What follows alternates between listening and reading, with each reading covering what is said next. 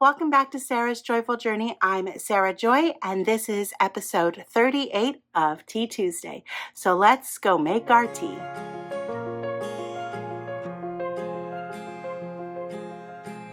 It is definitely one of those rare cold days in Florida, so we are going to make a full pot of tea this morning. I'm going to use my 100 Years collection from the 1940s Royal Albert teapot. And then this is my Apple Blossom Wedgwood teacup. And then because I want the warming spices for sure, we're going to enjoy some gingerbread joy. Let's get our tea made.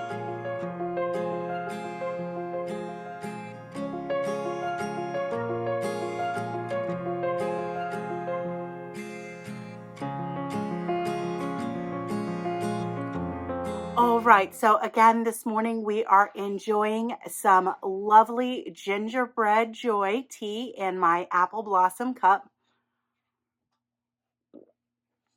Like I said, it is one of those rare cold Florida mornings. It's like 40 something degrees outside. So I most definitely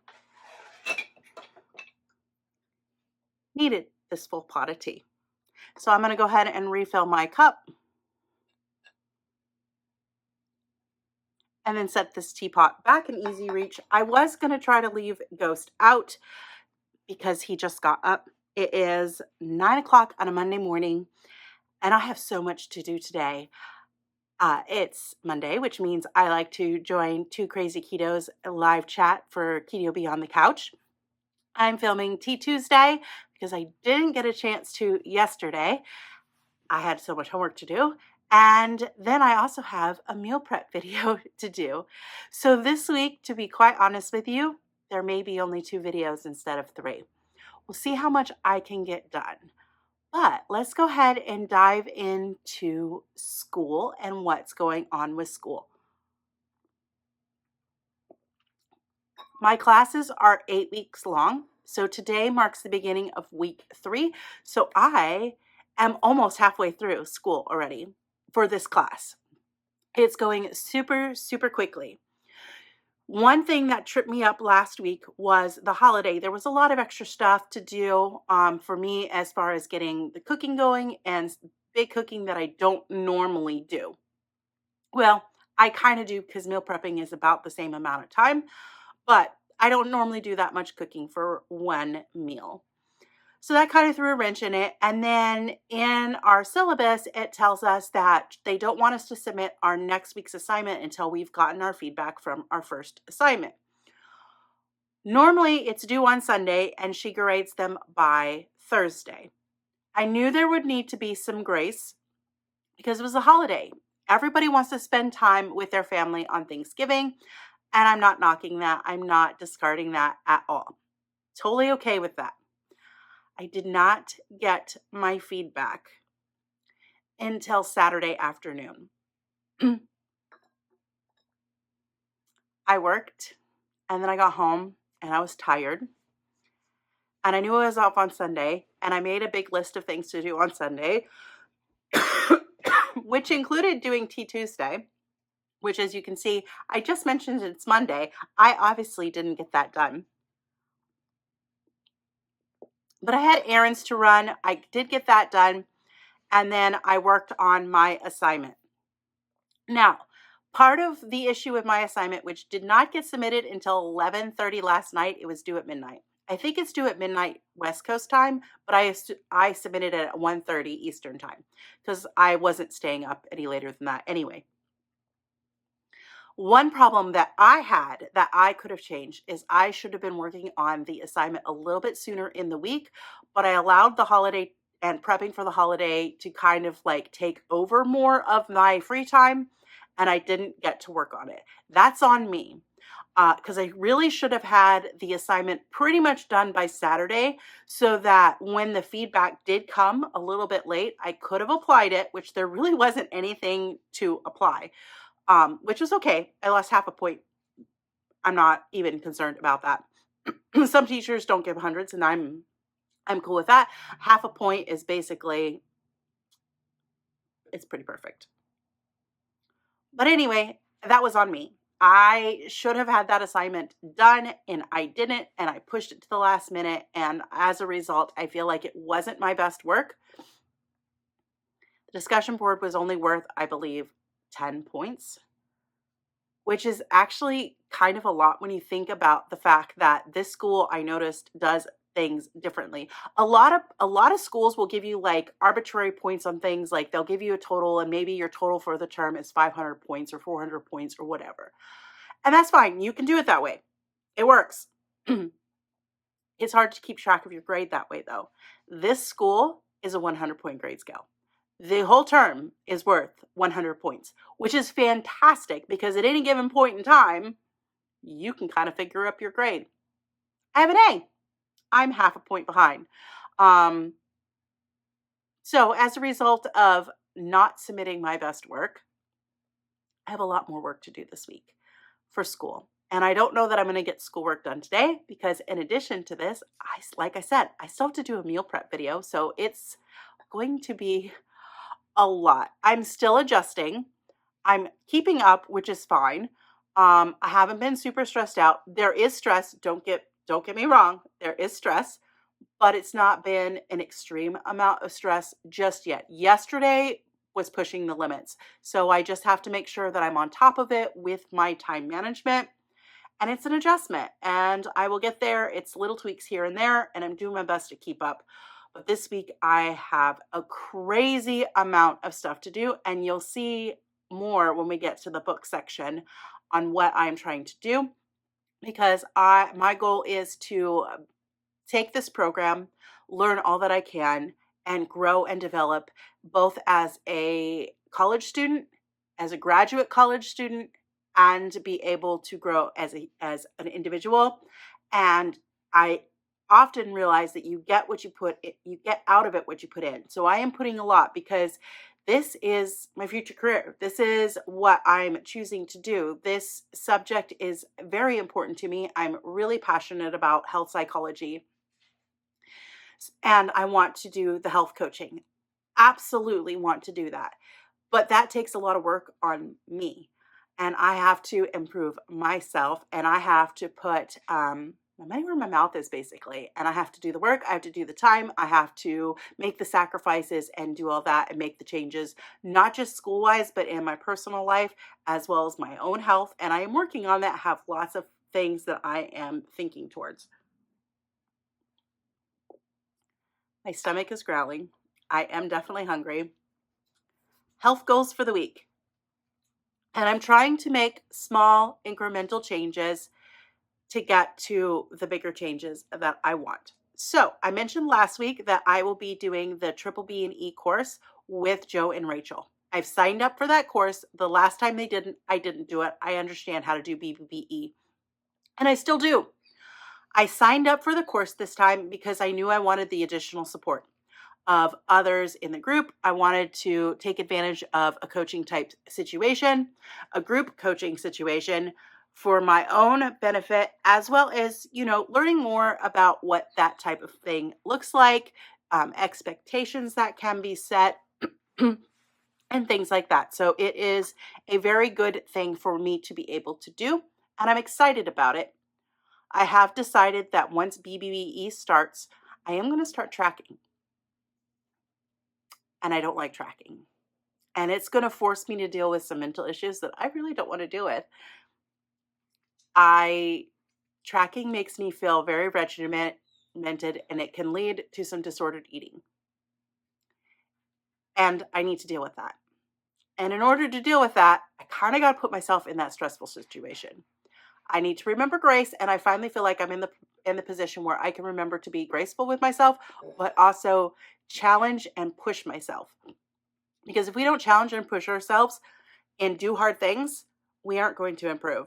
And the best way to show other people that I can do hard things is by doing hard things and tackling those issues that I do struggle with.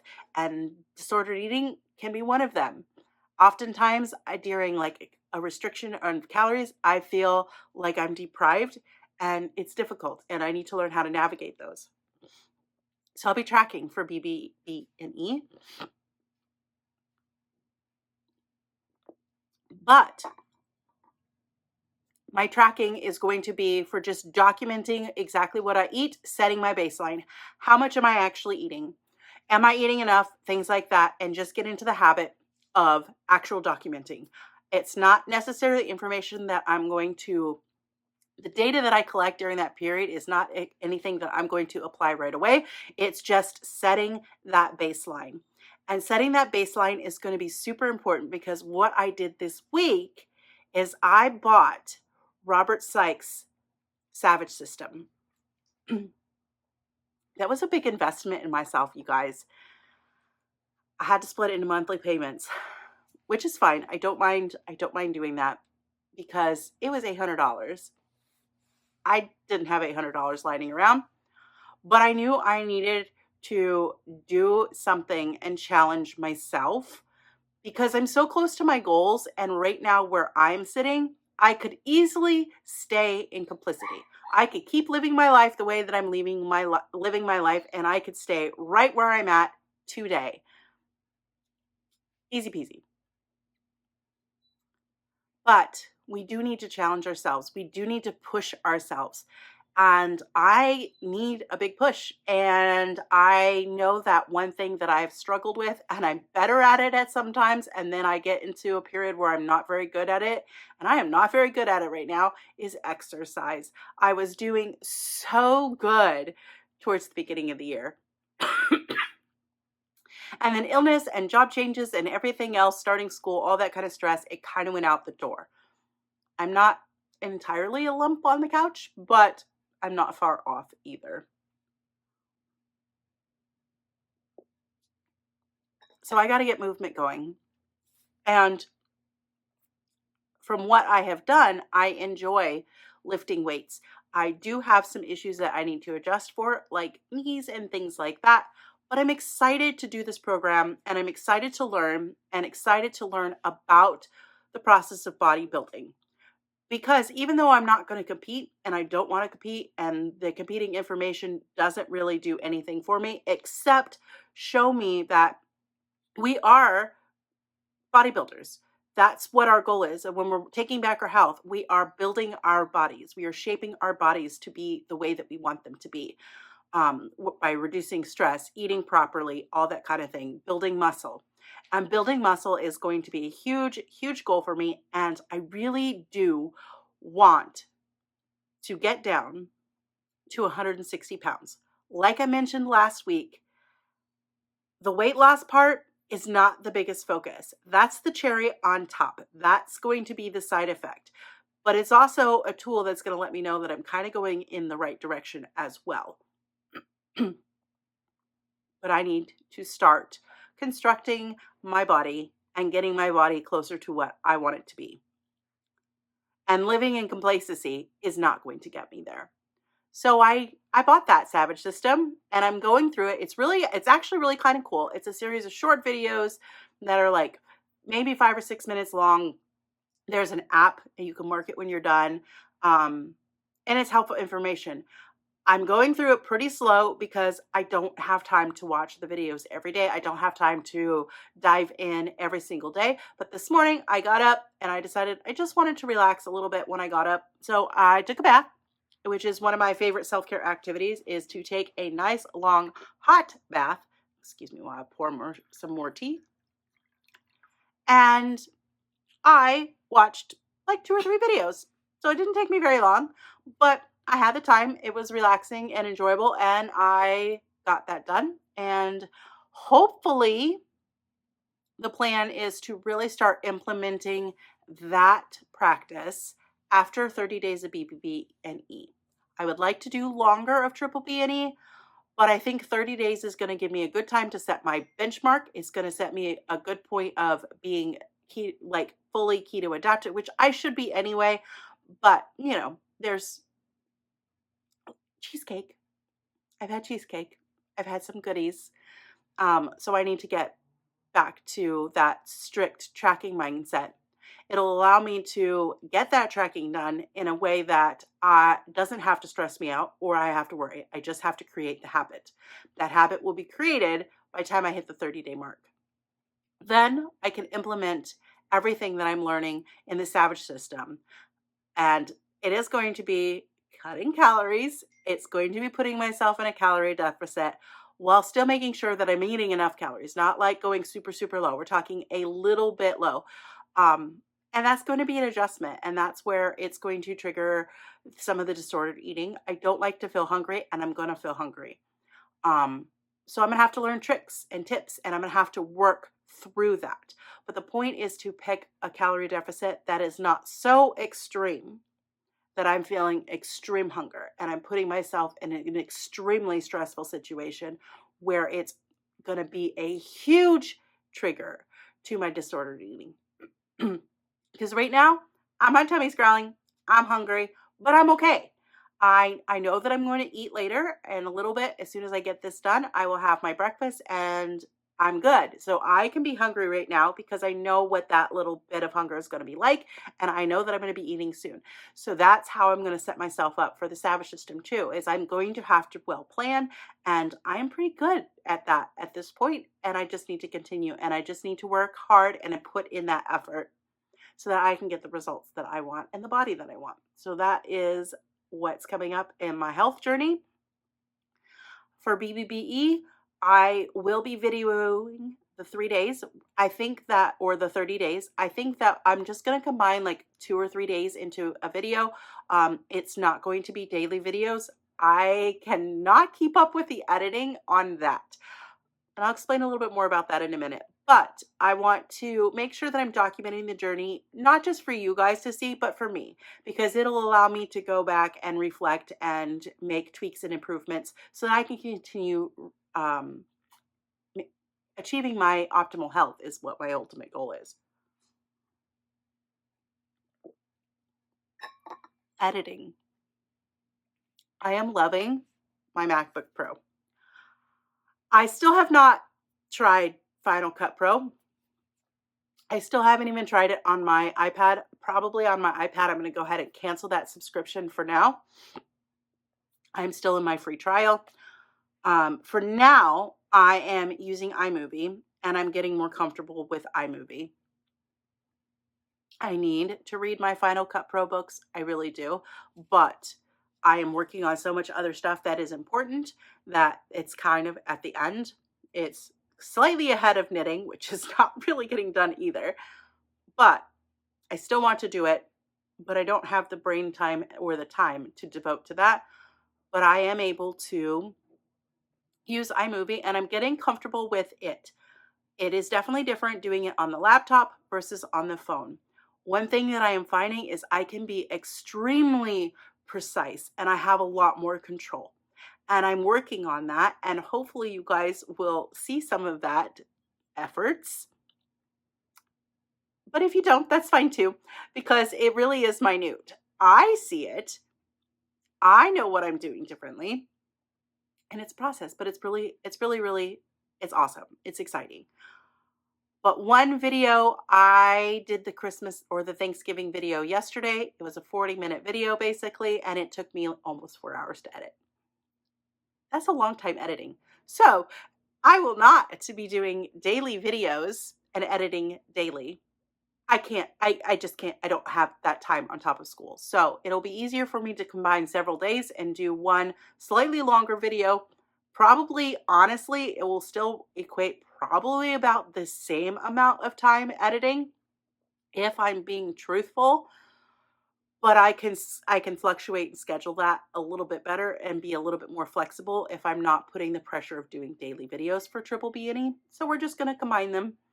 And then yeah, so I'm excited. So this channel is definitely changing and growing, and I'm changing and growing, and you guys get to see that journey along with me. Work. This tea is so good. It's cold out and I am feeling much, much better. I'm still a little bit stuffy. In the mornings, especially when it's cold, I'm finding I'm still struggling a little bit more. But I was like eating cough drops like they were candy for over a week there. And I'm down to, if I'm at work and talking a lot, only a couple a day, which is good. So I'm improving. contrary to what I sometimes feel like I'm tired of being sick. We're going into week 3, feeling much better, but I'm still a little bit stuffy, and the cold weather doesn't help that. But tea is amazing. Tea is amazing. And I want to drink it while it's still hot, and it's cooling off pretty quickly. Mostly because I didn't let my teapot get to the full boiling water. But it is what it is. I don't like to drink that hot of tea. So it does 2 things. When I let it go that hot, my pot stays hotter longer, but it takes me longer to drink it. But if I moderate the temperature, my pot doesn't stay as hot as long. So I have to drink it much faster. Question for you. During Triple B&E, you were allowed 1 coffee experience. What is your opinion? Would this be considered 1 tea experience? Or should I count my little tiny mug? Let me know down below. My thought, 1 tea experience is 1 pot of tea that I'm drinking in succession. Now, if I was sipping on this all day long, that would definitely not be 1 tea experience in my thing. And tea is allowed all through it. Well, I'm going to be giving myself 1 tea experience, 1 caffeine experience. And for me, that's going to be tea because I can drink it without sweetener most of the time. And I can drink it without cream, which I cannot do on coffee. So tea, it will be. And in my defense, there is sucralose in here. I am reducing the amount that I'm using.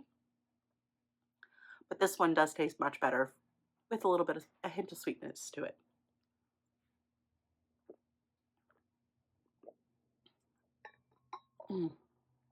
It's so good. That tea feels so good on my throat because I have a little bit of post-nasal drip going, and I think that's just the cold weather. All right. So as I mentioned, knitting didn't get done this week. However, 1 change that is going to be coming is I'm going to be taking a sock back to work like I did at Morgan & Morgan and leaving it in my desk so that when it's slow, I can knit at work as well as bringing a book. This weekend has taught me that things can be wildly busy and totally dead the very next day. I worked the day after, I worked Black Friday. Wasn't totally upset about it, anything like that. It was cool. But we were closed Thanksgiving. So when we came in, we have a checklist of things of work that we have to do, that we have to work through every single day. So we have to check the reservations that are coming in. We have to charge cards for prepaid vacations through the wholesalers so that they're charged before the guests arrive, things like that. We also get emails from wholesalers saying, cancel this reservation, book this reservation, confirm this reservation, stuff like that. So we have to go through our email box and it tells us what to do. We also get guest emails that we have to respond to, all this kind of stuff. It's a lot, but it's not a lot. It actually generally goes pretty quickly throughout the day. And while doing this, we're also answering the phones. Sorry, Piper's over here. And she's wanting my attention. And she's been doing that a lot more lately, has been wanting my attention. Excuse me while I love on my old girl, because she is old. She's going to be 8 at the end of the month. Yeah, can you go lay down? Good girl. You can go up there. Just don't knock over my camera when you jump up there.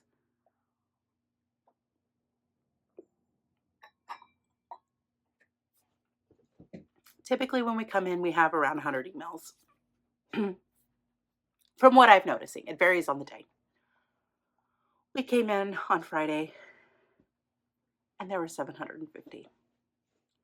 I logged onto the phones right away and I picked, there were 2 other people there. There should have been 1 other, but unfortunately her mother was sick. She had to call out. It happens. So there should have been 4 of us, but there were 3 of us. So 2 of us started at the same time. 1 of us should have been there previously. So we kind of were an hour behind the curve when I clocked in, which is fine. It happens. It's not a complaint.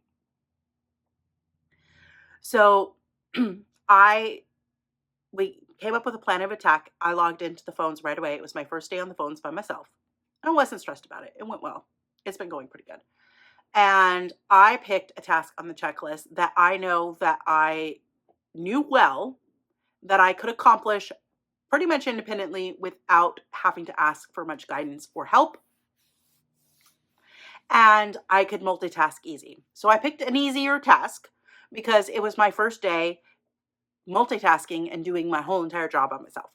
So I wanted to set myself up for success, and I did that.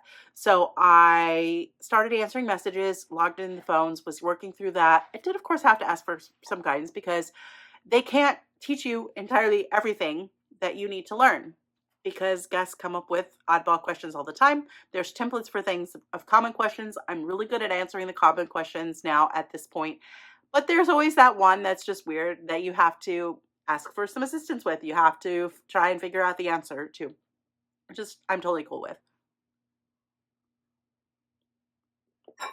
And then I started booking reservations and things like that. My shift was 9 to 5:30. I took a break that day. I did get my 30-minute break. It was pretty late in the day, which was fine. But we did not finish our work until 5:15, right before I was done for the day. That was a long day. It took all three of us working consistently to get it all caught up, but we did it. But again, that was a large volume of work that if we're there every day, we generally don't have it being that big. We do have bigger days and we do have smaller days. And that one was a giant day because we were basically doing 2 days of worth of work in one day. So that's actually kind of impressive to get it done in an 8-hour shift.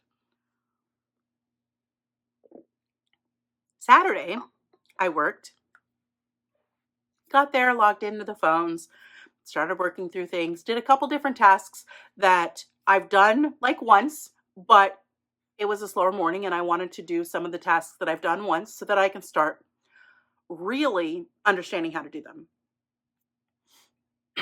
I knew how to do them, but until you do it several times, it doesn't become that ingrained memory of this is the exact things you do.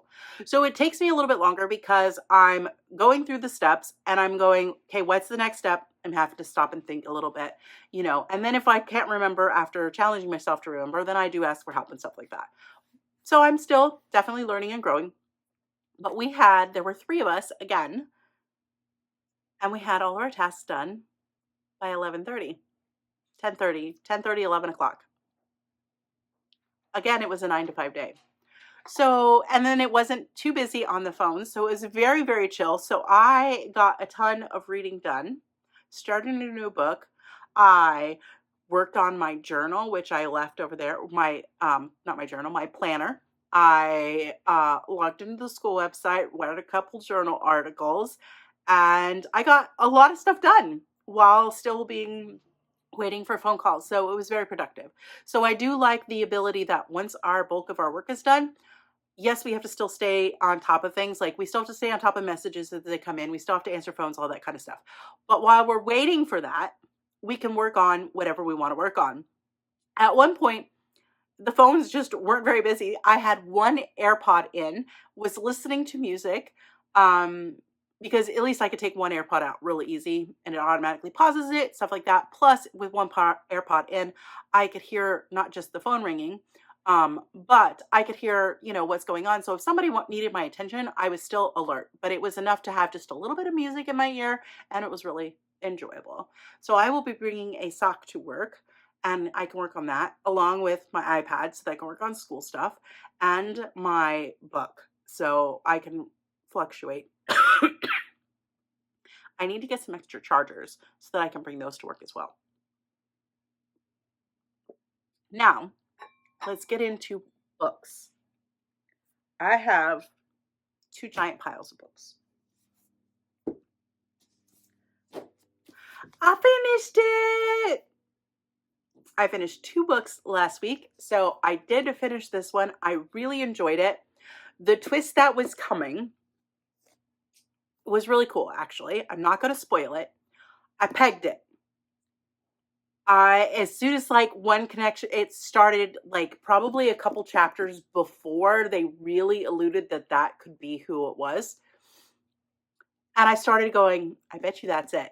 And then something happened and it threw me off. And I was like, well, maybe that wasn't it, because that was, everybody says that twist is at the end of the book. And there's still like 100 pages to go. So I made up another plausible twist. And I was right the first time. So it was really cool to get the twist, but also be tricked out of thinking I actually had the twist. So I really enjoyed this book. I highly recommend it if you like literary fiction. It was very well written and it was cool. It's not a subject that I normally do, but I enjoyed it a lot. It made you stop and think. It made you appreciate. And from what I know of how Hollywood actually operates, it was very authentic. And it was really cool. And I enjoyed that. It was also kind of sort of like a modern take. And I liked that as well. And I remember to grab it. I was listening to The Christmas Tree Farm and I finished this book and it was enjoyable. Cute, fun, 3.5 stars.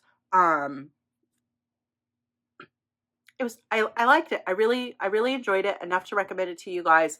Was it the best book ever? Absolutely not. But I enjoyed it. I had fun with it and it was cute and fun. It does definitely remind me of like a Hallmark movie. But I like those. So if you like that kind of thing and you want something fun and fast and easy, this could be for you.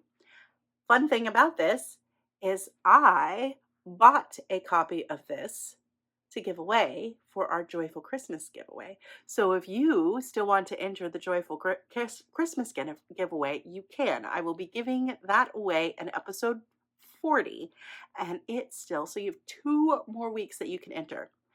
And each week I will be asking a question. You can answer that question each week and you will get an additional entry. So you can enter this giveaway more than once. It is, however, only going to be for the continental US. I wish that I could ship internationally. I don't have the funds for that. I just don't. But if you are in Canada and you have a P.O. box, I will gladly ship that to you as well. And I think if you're military and have an FPO box, I think I can send to that the same price. Let me research on that before I guarantee that I can do that. But yes, so if you want to get a copy of this book for yourself, go ahead and enter our drawing. Last week's question was, so share with me your favorite tradition of Christmas. This week's question is, let me know what your favorite Christmas gift ever was.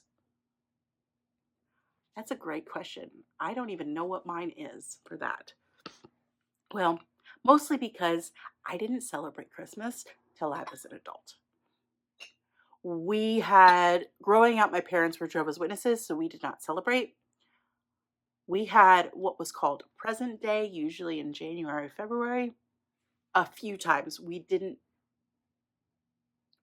do it regularly, but I remember that we did do it. And we did not decorate. It was not fancy paper or anything like that, but we would randomly come down on a day in January or February and there'd be presents all over the living room floor. So that was a fun memory for sure. What was my favorite gift? I really don't know what my favorite gift ever was. I can tell you some of the worst gifts I got.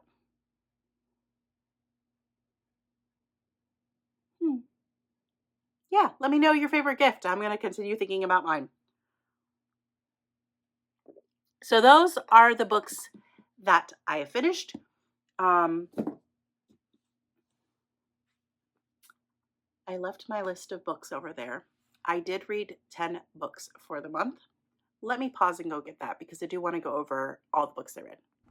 All right, so it's the last book. We're just going to go in no particular order. The Christmas Tree Farm by Laurie Gilmore. There's book 1. Book 2, The 7 Husbands of Evelyn Hugo by Taylor Jenkins Reid. Book 2.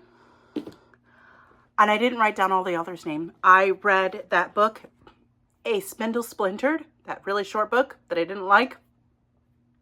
Then I read a cute one. It was A Scottish Christmas by Emma Bennett. That was a digital book that I read on Kindle. Super, super cute. It was Kindle Unlimited, which I just canceled my Kindle Unlimited subscription.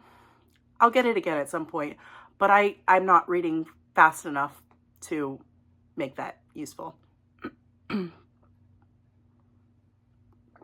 Then I finished listening to The Spell Book, which I really, really enjoyed.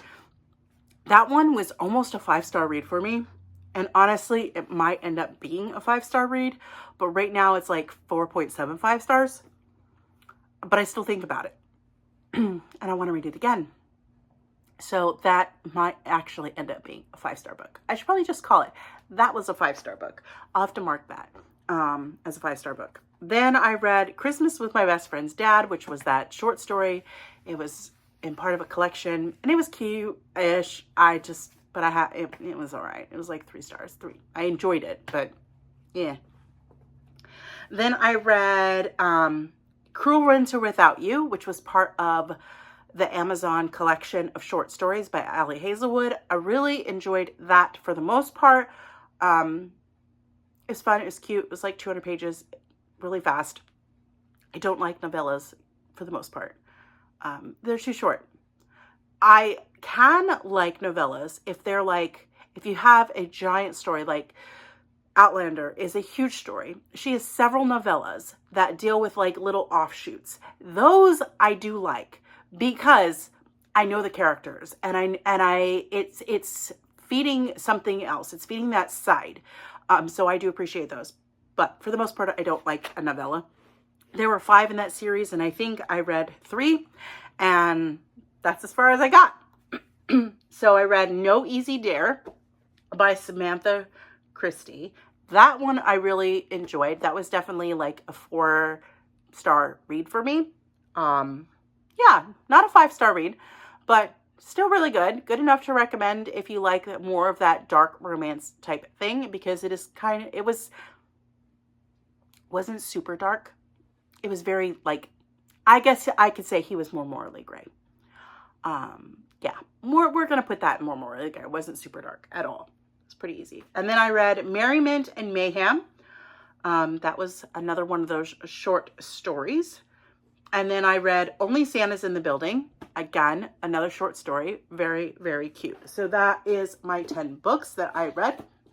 As you can see, last month, I think October, I ended up with 14 books.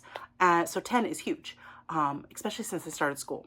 My goal for December is 3 fun books. I'm sure I will get more other books done because I'm doing a ton of reading. I'm still reading every bit as much. It's just not super fun.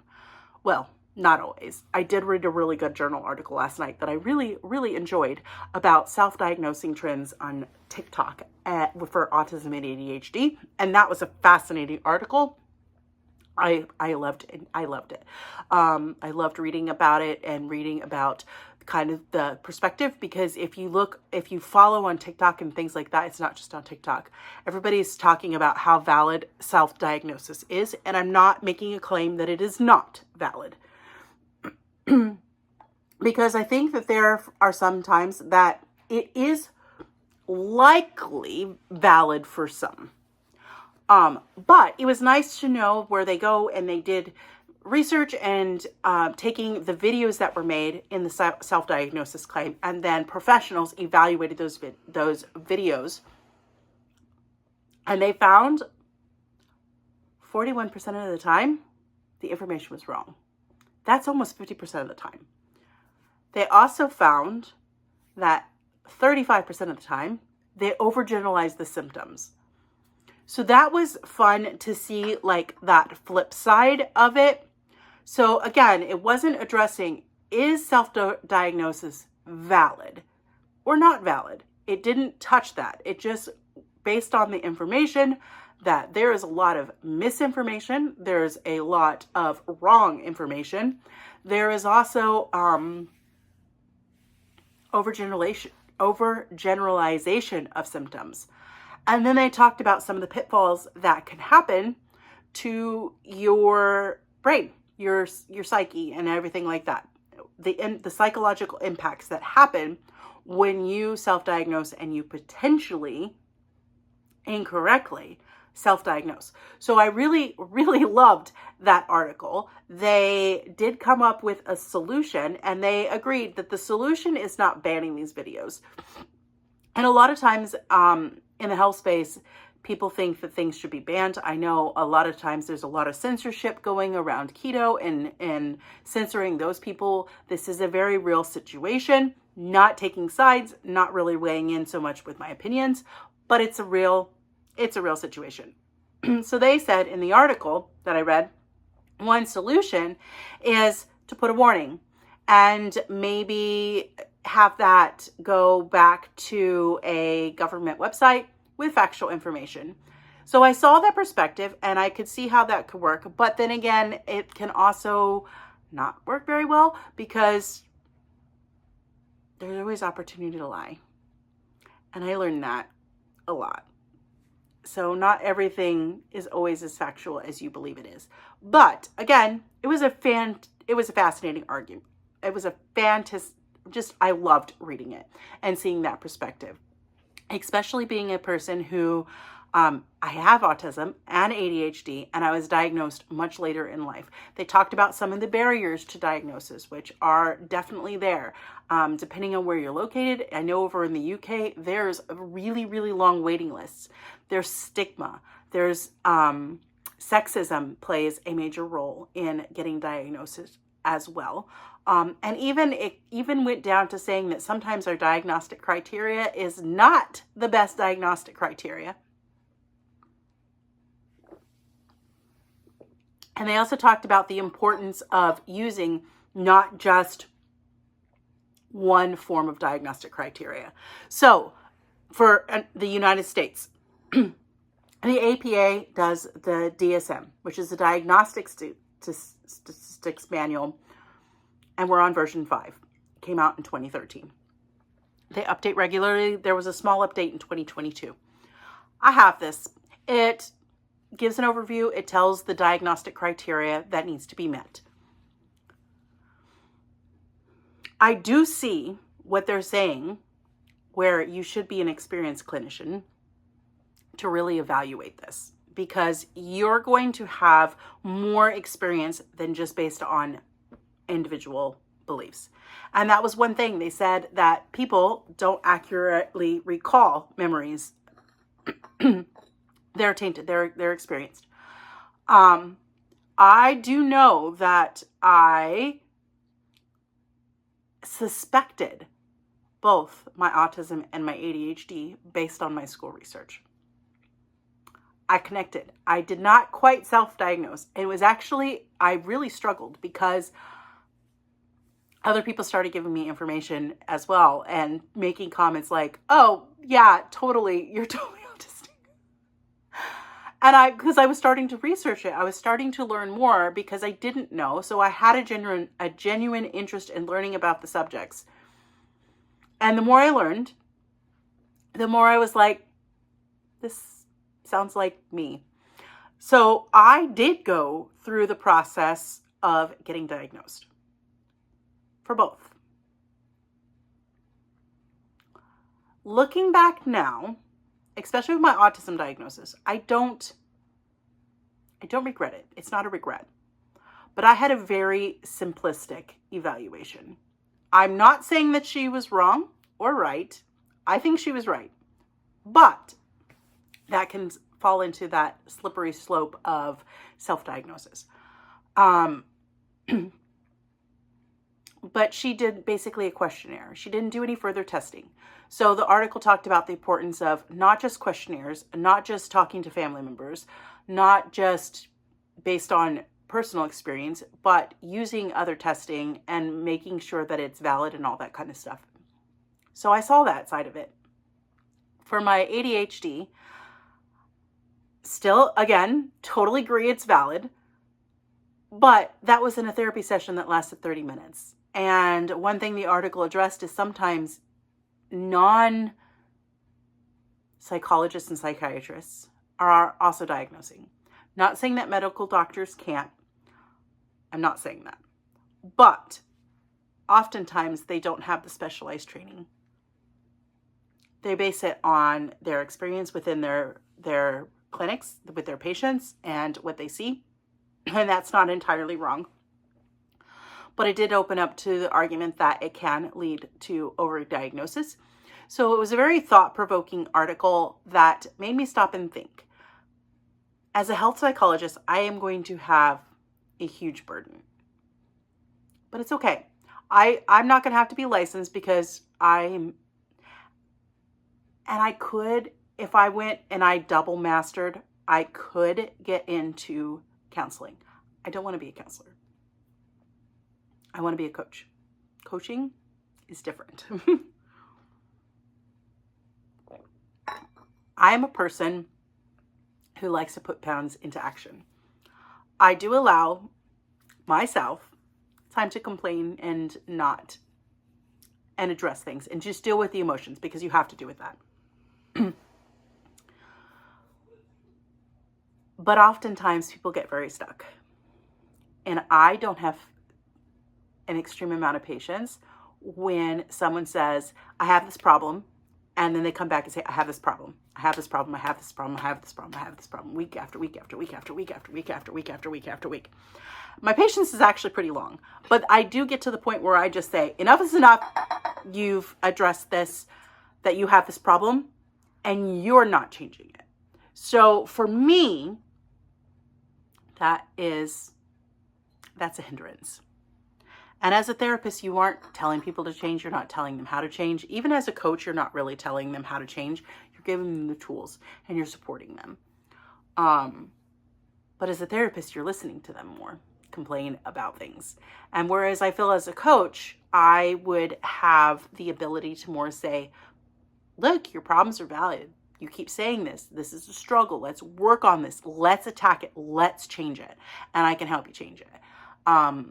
Oftentimes I think that gets left out of therapy, at least in my experiences with therapy. And I could be totally wrong. But again, basing on all my experience. So it was an absolutely fantastic article that was thought-provoking, and I really enjoyed it. So now, what am I currently reading? I am reading 2 books. I have an audiobook that I'm listening to on Audible because I canceled my Everrand subscription. I loved it, and I would like to get it again. However, I'm not listening fast enough to be able to afford that subscription, so I'm sticking with Audible because at least I can still get a new book, 1 book every month, and I don't necessarily have to listen to that book because I own that book and I can listen to it whenever I went. So I decided to keep Audible. But anyway, Saturday, I started this book, and I bought this book because it's a special edition and I loved it, and I was probably going to buy it. I almost didn't buy it because it's a YA book. So it's for young adults. I don't typically like YA books because I'm an adult. I'm a mature lady. I don't always want to read about teenagers. And young adults. I just don't want to. Especially in the romance area. It's kind of cringy. This one might have some romance in it, but when I read the descriptions, it did not really state that. And just the subject matter seemed very, very interesting. So I picked it up, and it's called A Study in Drowning by Ava Reid.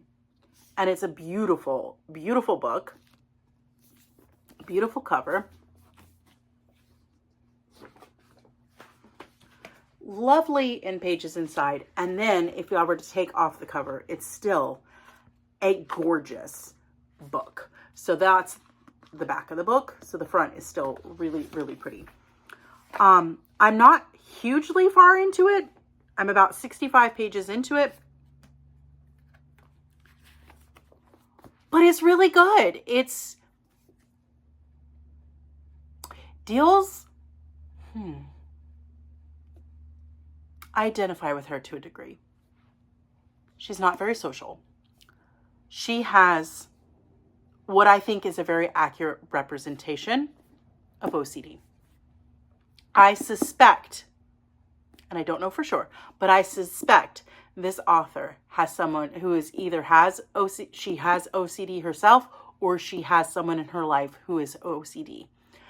A lot of times with OCD, people are just like, oh, it needs to be particular. I like things to be particular. I like things to be straight and organized. This is not OCD. It's not.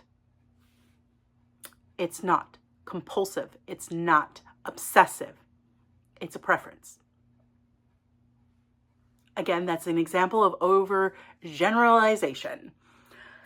A lot of people say, oh, that's just my OCD acting up. You don't have it. Sorry. You just don't. This? No, it's not this one that has the accurate. This is the one with the accurate one. Sorry, I'm reading two books and I just kind of sort of got them confused. She's very much an introvert. I still identify with her. Yeah, I just confused my two books. Pardon me on that. This one's really cute. Not cute. This one is very political. It deals with a girl who is in school. It's a modernish world. So they have cars, they have cell phones, but it's not our world. So she's in college. She's a female. She wants to study literature. That is where her passion is. She cannot study literature because it's banned for females. So there's the political aspect. So she's taking architecture. And she's failing. She's struggling. She doesn't like it. But it's the next most prestigious career that she can pursue. She has a favorite author who died. And his family members want a house designed. They do a contest. She wins the contest because she loves this author. It's her favorite author. She knows that author's writing style and everything. And so she was able to design a house based on that. And now she gets to go and build it. So that's where I'm at. So yeah, very good. So far, enjoying it. This one I am listening to on Audible. This is Phantasma by Kylie Smith. And I am roughly 100 pages in this one. So far, it's fantastic. Has the potential to be a 5-star read. Don't take that one lightly on this, because this one is a paranormal. It's a paranormal romance. I think it's romance. It's a fantasy romance, but it's paranormal. And we all know that paranormal and me, we don't always agree. She's a necromancer. This one is the one that has a pretty accurate description of what obsessive compulsive disorder looks like. Like, she has things where she has intrusive thoughts. They're talked about as a spirit, but it's intrusive thoughts. And they'll tell her, like, if you don't make it home in 5 minutes, you're going to die. That's an obsession. That's the compulsion. Like, if she doesn't do something in a set amount of time, she will die. There will be harm to her or her loved ones or whatever. She has other ones where it's just like, if you don't knock on this door 3 times, the house is going to fall down. That wasn't exactly one, but that was basically, and it is to a degree, a little bit of an overgeneralization, but it's still a pretty accurate representation. So her mother dies. She's a necromancer, and their house is being foreclosed upon. She wants to try to save her house. Her sister wants to try to save her house. Her sister knew a little bit. So her sister takes off to go to this competition called Phantasma. They're in New Orleans, which is the perfect setting for this, by the way. And so the sister thinks that the main character thinks that her sister has entered this competition. So she enters the competition to go and find her sister. That's where I'm at. Fantastic. Now, I have a giant stack of books that I got. And they're not all fun books, by the way. Let me just kind of reorganize. I'll show you the not so fun books that I will be reading. And I'm already running out of time, but it is what it is. My goal this week is to get through this one, How to Write a Lot. It's about graduate writing and setting priorities, writing schedules, all that kind of stuff. So this is me learning to take writing very serious and apply it. This one I kind of sort of thumbed through. I don't know how much I'm going to use it. It wasn't a super expensive book, but it's an academic phrase book. So it has things like phrases, like if you don't know how to write something.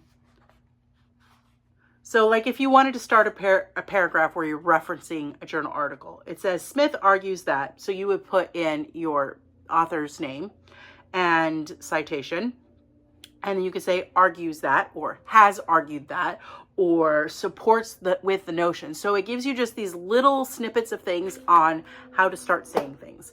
So I got it. I don't know how much I'll use that because I'm kind of, I'm usually okay in that department, but I still got it. Then I've bought this book again. This is the APA Manual. This is how to write in APA style. I need to order the Concise Guide again after I confirm that I do not have it. I don't think I have it. I think I got rid of it. This is the 5th time I've bought this book because I'll buy it when I try school and then I get rid of it going, well, I'm not going back to school. I bought it. I had to buy it because it's been a year since I've done any APA, and this is, like I said, this is how you write APA. So I'll be going through this book and highlighting things in this book and documenting things in this book, the things that are most important.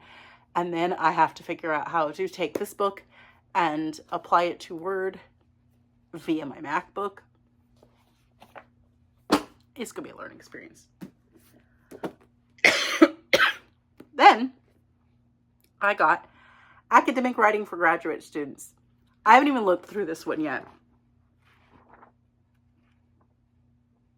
But it breaks things down into like tasks and things like that for developing skills and all that kind of stuff. And I did a writing lecture, a couple writing webinars last week through the school. So I am working really hard to be a good writer and apply it, because I think these are skills that I'm going to use. Maybe I'm not necessarily writing research, but I know that I'm going to have to write behavior plans. I'm going to have to write things like that. So being a good writer will benefit me later. Then a semi-fun one. Well, it's still fun. So as you know, I have plants. I have moved beyond bonsai and I'm getting just into regular plants too. The bonsais that I do have, I'm trying to maintain. Some are doing well.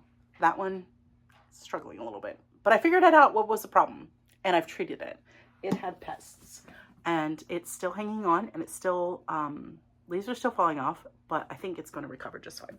So what I did, because I'm interested in learning more about my plants and being a good plant parent, but it's something I can do in my free time too, I bought Plantopedia.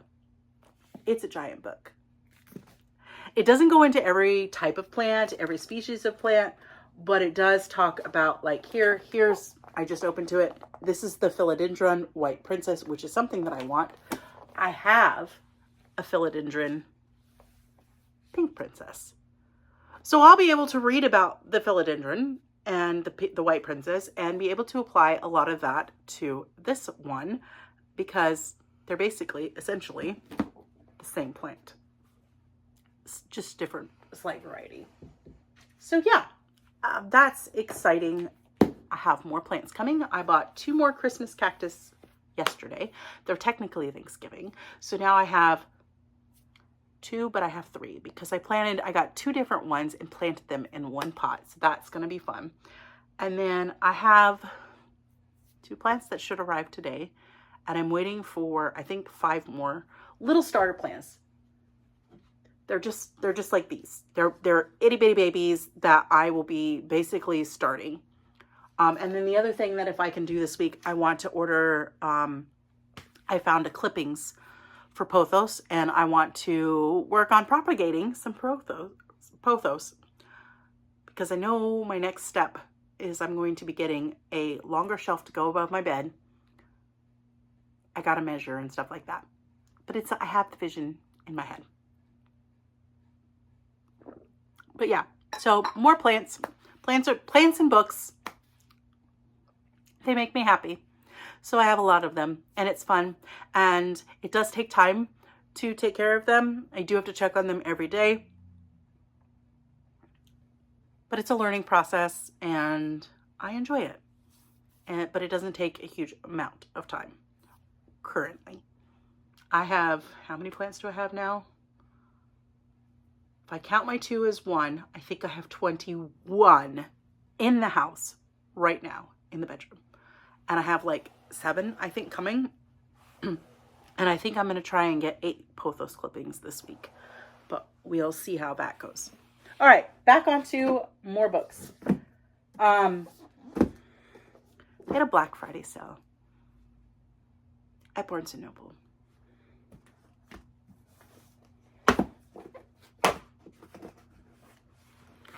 I bought a few books. Just a few. So this is a brand new book that just recently came out. And I have friends who love pickleball. So I had to buy The Pickleballers. It's a romance based around pickleball. It's short. I don't know when I'm going to read it, but it says love at first serve. So I have a feeling it's going to be a fun, fast, easy read. It's probably going to be one that I could probably recommend. I think it's going to be at least a 3.5 star read for me. But yeah, because I have people who love to play pickleball, I figured I'd read about pickleball and I can learn more about pickleball. I do not want to play pickleball. I'm not that coordinated. It is a good activity though. Then I, of course, love special editions, and this one I've seen for a while. It's a romantasy, and I'm really enjoying romantasy. I love romance pretty much in any form. I'm a romance girl, all genres. I got The Courting of Bristol Keats. So this is a special edition. It's got the stenciled edges. It's just kind of plain on the inside, but that's okay. It's purple. And there's nothing special on the cover. But I did get that because I could earn triple points. Then this next one was on sale. I took the sticker off for 50%. I have been looking at this book and considering it for like 6 months. I don't know if it's going to be one that I will like, but it might be one that I could like.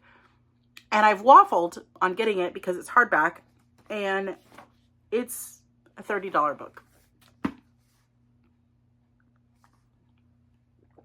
But I got it 50% off.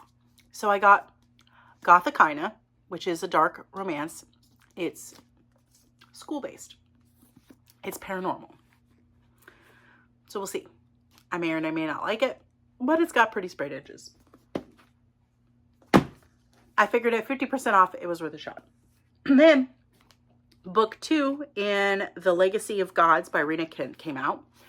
Said I have the first one, I haven't read it, but it's highly talked about, and I know that I'm going to enjoy it because it's dark romance, and I pretty much enjoy most dark romance. Most. Some of it I haven't. Some of it I'm still kind of on the fence about, but for the most part, I do enjoy it. So I got God of Pain, which is book 2, because that just came out, so I grabbed that knowing I'd like that.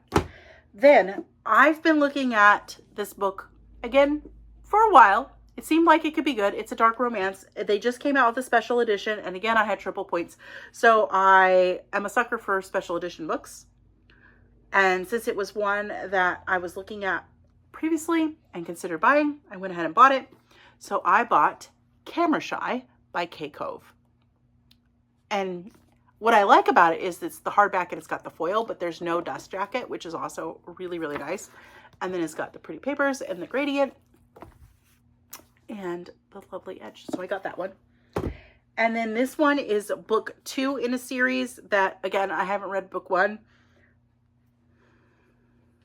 But I had to get book 2 because I was spending money. So I got The West Wind. The North Wind is the first one. So there, I have that. So that is going to wrap up this edition of Tea Tuesday.